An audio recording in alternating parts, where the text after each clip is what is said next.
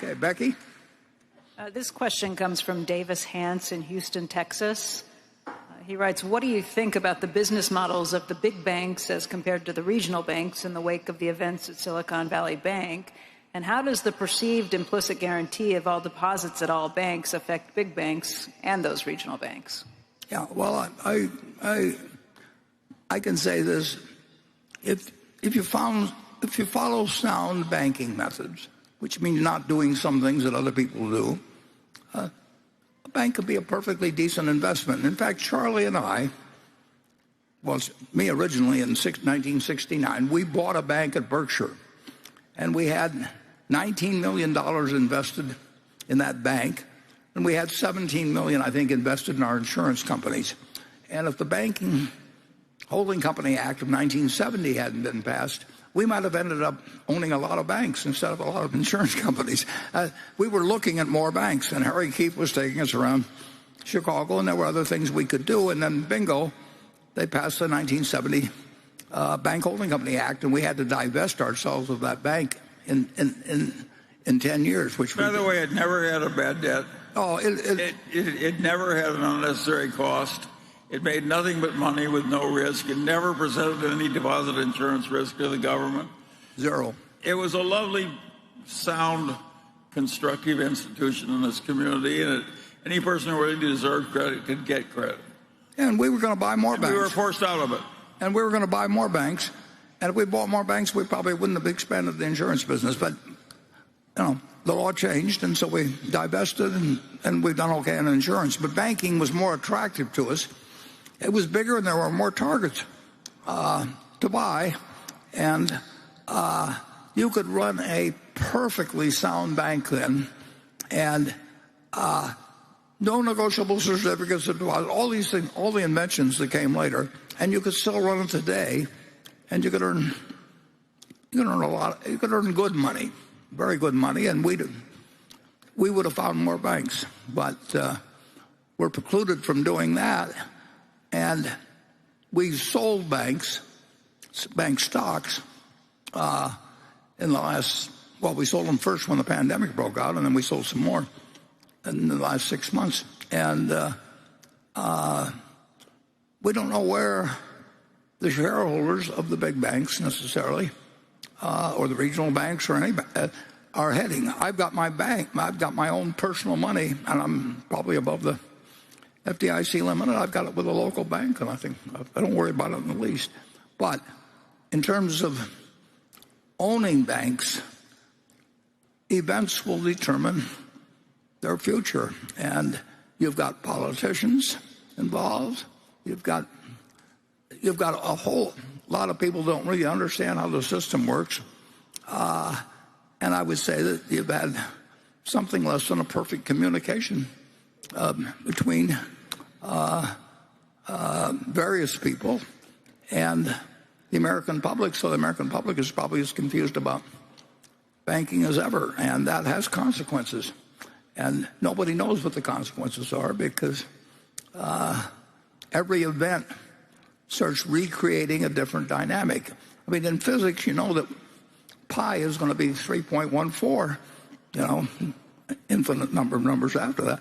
But no matter what happens, but you don't know what has happened to the stickiness of deposits at all. It got changed by 2008. It's gotten changed by this. I mean, and that changes everything. And so we're very cautious in a situation like that about ownership of banks, and we do remain with one bank holding a deal, but we originated that deal, and with the Bank of America. And I like Bank of America. I like the management, and I proposed the deal to them, so I stick with it. But do I know how to project out what's going to happen from here? The answer is I don't, because I've seen so many things in the last few months which really weren't that unexpected to me to see, but which reconfirmed my belief that the American public doesn't understand their banking system, and some people in Congress perhaps don't understand it any more than I understand. I don't understand where the spaceships go. I mean, there's all kinds of things I don't know about. But if you're in Congress, you take a position on everything, and sometimes it's to your advantage, if you really understand it, not to say exactly what you feel. And here we are. Charlie, yeah. Well, a lot has happened in banking in my lifetime. I welcomed all that early banking of the deserving immigrants by the early Bank of America. And I think all the credit cards, when they came in as original bank cards, were a great contribution to civilization. But the gamier it gets and the more it looks like investment banking, the less I like it as a citizen. I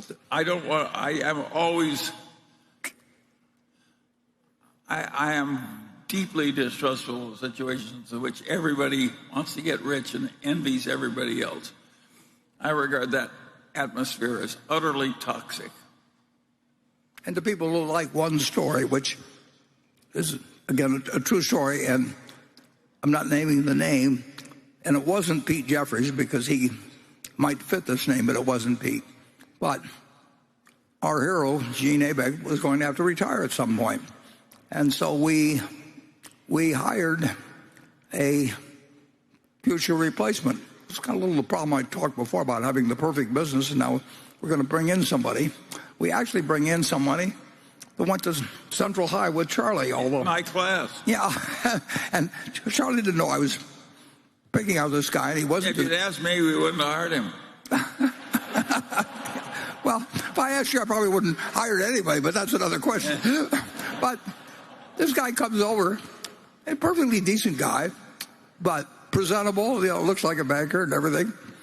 And, of course, the first thing he wants to do, we've got this wonderful bank, but we got the crummiest looking building in Rockford. And we don't need a great building. We just need a great banker.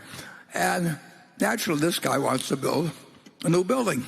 And because we were the most profitable bank, but we didn't look like we were the most profitable bank. And so I told him he could have any building he wanted as long as it was not higher than, it had to be shorter than our nearest competitor. And he lost interest totally. He wanted to be on the top floor of the biggest building in town. And I told him he could horizontally do anything he wanted, but he couldn't do it vertically.